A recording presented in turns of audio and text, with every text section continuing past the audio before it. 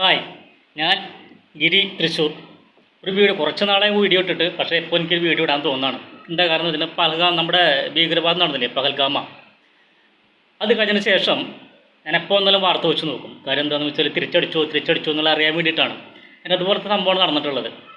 പക്ഷേ ഈ വാർത്ത കണ്ടുകൊണ്ടിരിക്കുമ്പോൾ വാർത്തയിലും ഈ വാർത്താ ചാനലിൽ വന്നിട്ട് പല ആൾക്കാരും പറയണ കേട്ടു.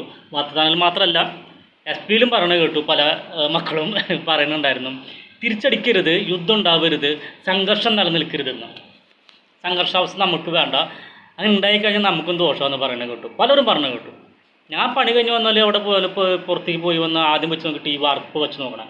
കാര്യം അത് തിരിച്ചടിച്ചോ എന്ന് അറിയാൻ വേണ്ടിയിട്ട്. കാര്യം എന്താണെന്ന് വെച്ചാൽ ഇങ്ങനെ ഇപ്പം ഈ പറഞ്ഞില്ലേ, സംഘർഷം വേണ്ടെന്ന് പറഞ്ഞ കുറച്ച് ആൾക്കാരുണ്ടല്ലോ, സമാധാനം എന്ന് പറഞ്ഞ ആൾക്കാരുണ്ട്. അവിടെ ഞാൻ ചോദിക്കട്ടെ മക്കളെ, അതായത് നിൻ്റെ അച്ഛൻ, നിൻ്റെ അമ്മ, നിൻ്റെ സഹോദരി, നിൻ്റെ ഭാര്യ, നിൻ്റെ മക്കൾ, നീ ഇഷ്ടപ്പെടുന്ന വ്യക്തികൾ, നിന്നെ ഇഷ്ടപ്പെടുന്ന വ്യക്തികൾ ആരൊക്കെ ആയിക്കോട്ടെ, നമ്മുടെ കുടുംബത്തിൽ ആരൊക്കെ ആയിക്കോട്ടെ, അവരൊക്കെ നമ്മുടെ ഈ കേരളത്തിൽ അതിരമ്പള്ളി കാണാൻ പോയി, അല്ലെങ്കിൽ മൂന്നാർ പോയി, അല്ലെങ്കിൽ ഊട്ടി പോയി, കൊടൈക്കനാൽ പോകണം.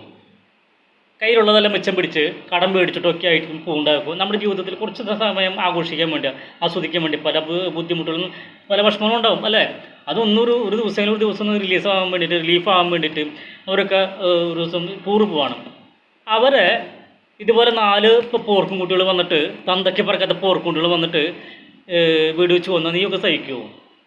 നീ ഒന്ന് ആലോചിച്ച് നോക്കിയാൽ, ഈ പഹൽഗാമയിൽ പോയിട്ടുള്ള വ്യക്തികൾ ഒരു ആയുധം അവരുടെ കയ്യിലില്ല. ഉള്ള കാശും മിച്ചം പിടിച്ച കാശ്, സമ്പാദ്യം, കടം മേടിച്ച കാശ്, അതിൽ സ്വർണം വിറ്റൊക്കെ ആയിരിക്കും അവർ കൊണ്ടുപോയിട്ടുണ്ടാവുക അല്ലേ. ആ കാശ് കൊണ്ട് അവർ കുറച്ച് നേരം ആസ്വദിക്കാൻ, ആ കൊച്ചു കുട്ടിയുടെ റീൽ നിങ്ങൾ കണ്ടിട്ടായിരിക്കാം അല്ലേ. ആ കുട്ടി ഒരു ഭാര്യയും ഭർത്താവും 6 ദിവസം കല്യാണം കഴിഞ്ഞിട്ടുള്ളൂ അല്ലേ. അവർ റീൽ ചെയ്ത് അവർ സന്തോഷിച്ച് സിനിമയിൽ പോലെ പാട്ട് പാടി ആസ്വദിച്ച് ആ ജീവിതം ആസ്വദിക്കുകയായിരുന്നു. നിമിഷ നേരം കൊണ്ടാണ് 4 തന്തയ്ക്ക് പറക്കാത്ത പോർക്കുമുട്ടികൾ വന്ന് 4 തോക്കും കൊണ്ടുവന്ന് ഒരു ആയുധം ഇല്ലാത്ത, കയ്യിലില്ലാത്ത നമ്മുടെ സഹോദരിമാരെ വന്ന് വീട് വെച്ച് കൊന്നത് അല്ലേ. നിൻ്റെ അച്ഛനും നിൻ്റെ അമ്മേനും നിൻ്റെ സഹോദരനെയാണ് ഈ അതിരമ്പള്ളിയിൽ വെച്ച് വീട് വെച്ച് കൊന്നതെന്നുണ്ടെങ്കിൽ നീ ഒക്കെ സഹിക്കോടാ. നീ വർത്തമാനം പറയൂ, അങ്ങനെ തിരിച്ചടിക്കരുത്, സമാധാനമായി നീ പറയൂ.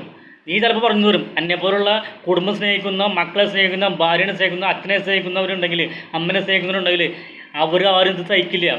മനസ്സിലായി. മരിച്ചു പോയവർക്ക് നമുക്ക് തിരിച്ചു കൊടുക്കാൻ പറ്റില്ല. പക്ഷേ പ്രതിരോധിക്കണം, തിരിച്ചടിക്കണം. എന്തിനാണെന്നറിയോ, ഇനി പാകിസ്ഥാനിലുള്ള ഇതുപോലെ പോർക്കുകുട്ടിയെടുത്ത് അന്തയ്ക്ക് പറക്കാത്ത പോർക്കുട്ടികൾ വന്നിട്ട് ഈ ഇന്ത്യയിൽ ഏത് മതത്തിൽപ്പെട്ടായിക്കോട്ടെ, ഹിന്ദു ആയിക്കോട്ടെ, മുസൽമാനായിക്കോട്ടെ, ക്രിസ്ത്യാനായിക്കോട്ടെ, ഏത് മതത്തിലായിക്കോട്ടെ, നമ്മുടെ സഹോദരനും നെഞ്ചത്ത് തോക്ക് വെച്ച് ഇനി വെടിവെക്കരുത്.